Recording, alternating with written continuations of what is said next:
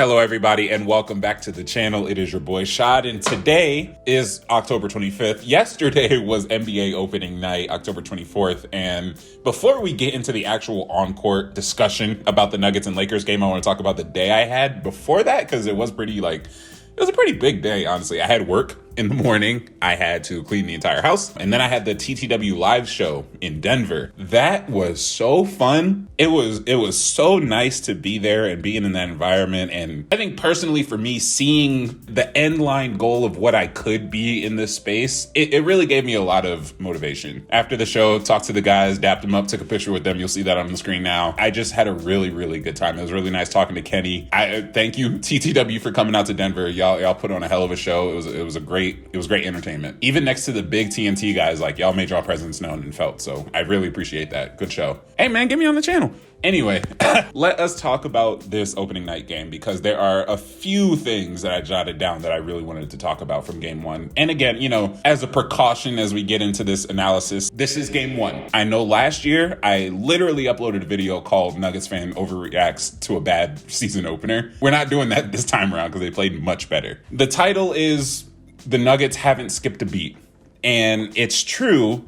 In the way they came out of the gate, they ended the first quarter, by the way, 34-20. Looking at how smooth the offense was, it speaks to the concept of keeping your core over several years, right? There is a ramp up period for every team during the season, but there's less of a ramp up in terms of offensive flow and process when you have the same 5 starters for 2 years now. And everybody was looking really, really, really good. And three-point shooting is right on the money. Jamal was hunting for his shot very early. And I know I had talked to some people off camera and in group chats and stuff about, this might be a Jamal game. Like if you bet in Jamal 20 plus is a pretty safe bet against the Lakers, and he ended up with 21 points this game. He had 21 points, six assists on 8 of 13 from the field. The whole team was really, really efficient. They ended up shooting 53% as a team. AG's playmaking leap, which we will talk about in a little bit, really, really shined through in that first quarter. Jokic was attacking the basket really early, which is a really good thing to see because early season Jokic tends to be a little bit more dialed back. I know last season he had a reason to because he was, getting his guys involved, even though he did score 27 in the season opener. But you could tell that the attitude was different. This game, he's going right at AD. He's going right at Rui, LeBron. He is not stopping attacking the basket. And I loved it. I loved it so much. They weren't settling for their jumpers. They flowed into really good looks from the perimeter and from mid-range. And ultimately, though, the offensive process was how we expected it to be. It was same as usual, business as usual. And that's a really good sign because it is validating when I said in my prediction video, I think the Nuggets, they got a taste of winning. They gonna come out the gate hot. And they literally did. They got out to a 20-point lead in the second quarter, of game one of the season.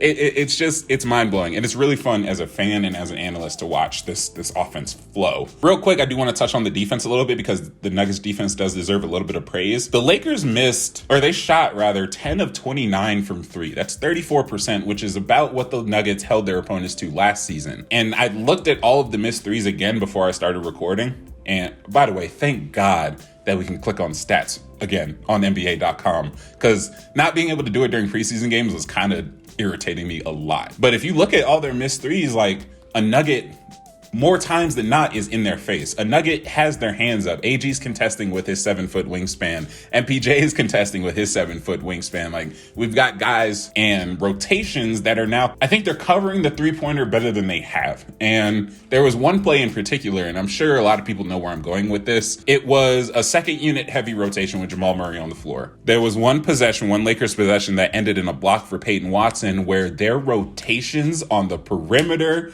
with the swing passes was on point. And those are the type of defensive possessions that get you excited, that get you going. Defense can be very exciting if it's not a steal. Even prior to getting to the block attempt, seeing their rotation, seeing the sharpness, seeing the communication, everyone knew where to go without hesitation. The rotation to the corner, left wing, top of the key. Everyone got to their spots. And I loved it. It really made me happy. And it made me want to talk about the switching scheme of our second unit a little bit more because I think it's a strength.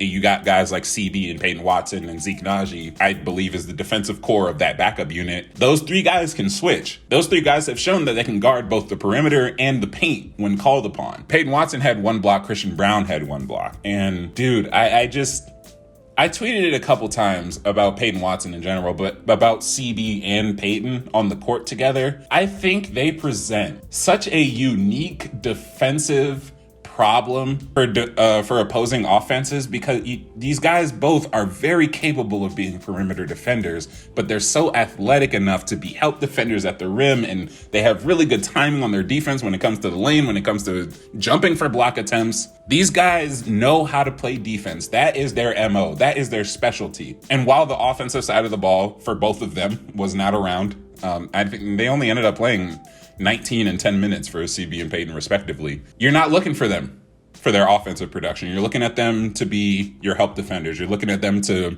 lean into the switch defense and allow you to play switch defense, because with the starters, we can't really play switch like that. We play drop with the starters. Jokic sits back because there's just too much of a physical disparity among all five starters. Get to the bench, everything becomes a little bit more centralized, switching becomes more feasible, and it becomes a lot more effective. And speaking of Reggie Jackson, because since we're talking about the second unit, I guess now, his minutes actually looked pretty good. I did end up tweeting like the first minute of Reggie Jackson time. I feel so bad for this because it's so shady. Reggie Jackson minutes. I will remain positive. And they ended up being positive minutes. I think he ended as a plus 11 on the night for a guy that I thought was going to be a negative player when he stepped onto the floor. He had 8 points, 3 rebounds. He had an assist and a steal, made a couple threes. This guy was producing in a very limited backup point guard role, and he did what he had to do. And I have to give kudos for that. Also, shout out to Jalen Pickett for scoring his first NBA career bucket in the last minute of the game, a mid-range pull-up off the right elbow. So shout out to you, my boy. Let's talk about the starters, because I really want to, I know I touched on it before saying like they're back, the offensive process is smooth, everybody knows what they're doing, yada, yada. But specifically with each player, I do want to shout out one good thing that I saw from them that I think is going to produce a really good season for the entire team. First of all, KCP had 20 points. And there was a lot of lane presence from the starters when it came to defense. They had 8 steals between the 5 of them. A lot of it was AG, a lot of it was KCP being aggressive, a lot of it was them jumping the Lakers' passes in defense. And honestly, a lot of it was lazy Laker passing. I don't want to give all the credit to the Nuggets, because there is blame on the Lakers side of these things. Some of those turnovers were just handed to the Nuggets because AD was trying to throw a pass that he can't throw, or, he was just trying to throw a bailout pass off the baseline as he's going out of bounds. It's little things like that just started to pile up for the Lakers and led to them losing by 12. But yeah, back to the starters. MPJ struggled a little bit shooting. He shot 2 of 9 from 3, but he contributed 12 rebounds? 12 rebounds and 2 steals. And 2 assists, by the way. So, but again, just continuing the theme of MPJ being able to impact more levels or more areas of the game while his shot isn't falling like that. And that is something that Calvin Booth has talked about. That is something that Michael Malone has talked about over the offseason. And it's really good to see it continue. Jokic played weird. And by weird, I mean like he played regular. Like he had 29, 13, and 11, 54% from the field. He made 3 of his 5 3-point attempts. And he had a block and a steal. And he was a plus 15. The Rui adjustment is back, and it stopped some plays. Ultimately didn't win them the game, but it did stop a few plays. AG is our second MVP of this game, according to me. And I am really interested in this actual point forward arc that I think AG is going to go down. We talk about a lot on this channel, having a player being able to grab it off the board, push it up, and make the right decision, whether it is scoring for himself or kicking out to a teammate on the wing. AG makes the right decisions a lot of the times. And in this game in particular, 0 fouls, 0 turnovers. He had 15.7 boards, 5 assists, 2 steals. He got a block in there. He made a 3. This was the Aaron Gordon style of game that we saw. He played good defense. He had his hands up. He had an illegal dunk that did not get called illegal, which is hilarious. His glue guy characteristics, his traits as a do-it-all power forward is going to be huge for us again this season, because I think he has gotten better I think he's more comfortable with the ball. I think he's more under control when he has the ball and when he's driving and making these decisions.